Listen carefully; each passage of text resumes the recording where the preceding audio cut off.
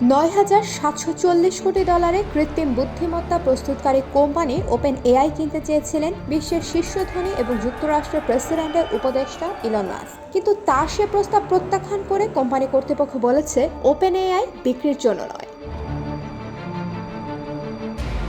বিশ্বের জনপ্রিয় চ্যাটবট চ্যাটজিপিটির নির্মাতা এ কোম্পানির চেয়ারম্যান ব্রেট টেইলর শুক্রবার সামাজিক যোগাযোগ মাধ্যম এক্সে পোস্ট করা এক বার্তায় বলেছেন ওপেন এআই বিক্রির জন্য নয় এবং কৃত্রিম বুদ্ধিমত্তা খাতে প্রতিযোগিতা ব্যাহত করতে সম্প্রতি ইলন মাস্ক কোম্পানি ক্রয়ের যে প্রস্তাব দিয়েছেন তাকে নির্বাহী বোর্ডের সবার সম্মতিক্রমে প্রত্যাখ্যান করছে ওপেন এআই। নির্বাহী বোর্ডের সদস্যদের পক্ষ থেকে আমি কোম্পানির এই অবস্থান স্পষ্ট করলাম। প্রসঙ্গত 2015 সালে একটি অলাভজনক কৃত্রিম বুদ্ধিমত্তা কোম্পানি হিসেবে যাত্রা শুরু করে ওপেন এআই। কোম্পানিটির সদর দপ্তর যুক্তরাষ্ট্রের ক্যালিফোর্নিয়া অঙ্গরাজ্যের সান ফ্রান্সিসকো শহরে। ইলন মাস্ক নিজে এই কোম্পানির অন্যতম সহ প্রতিষ্ঠাতা ছিলেন, তবে অন্যান্য প্রতিষ্ঠাতারা কোম্পানির অলাভজনক অবস্থানের পক্ষে দৃঢ় থাকায় অল্প কিছুদিন পরেই ওপেন এআই ছেড়ে চলে যান তিনি। ওপেন এআই এর চেয়ারম্যানের এই বক্তব্যের কোনো প্রতিক্রিয়া জানাননি মাস্ক, তবে তার আইনজীবী মার্ক টোবেরফ এক বিবৃতিতে বলেছেন নিজেদের দাতব্য পরিচয়কে ব্যবহার করে ওপেন এআই কৃত্রিম বুদ্ধিমত্তা খাত নিয়ন্ত্রণের চেষ্টা করছে। এর ফলে একদিকে এ খাতের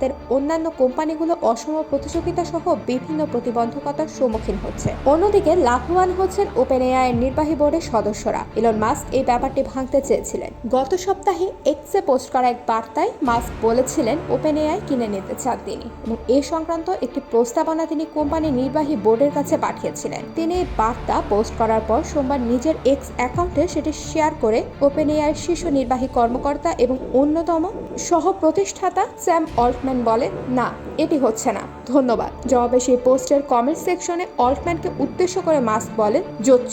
পরের দিন মঙ্গলবার মার্কিন সংবাদ মাধ্যম এক্সিওসকে দেয়া এক সাক্ষাৎকারে অল্টম্যান বলেন, আমরা ওপেন এআইকে আরও জনকল্যাণমূলক কোম্পানিতে পরিণত করার সিদ্ধান্ত নিয়েছি। গত ডিসেম্বর থেকে এ লক্ষ্যে কাজও শুরু হয়ে গেছে, তাই আপাতত এই কোম্পানি বিক্রি হচ্ছে না।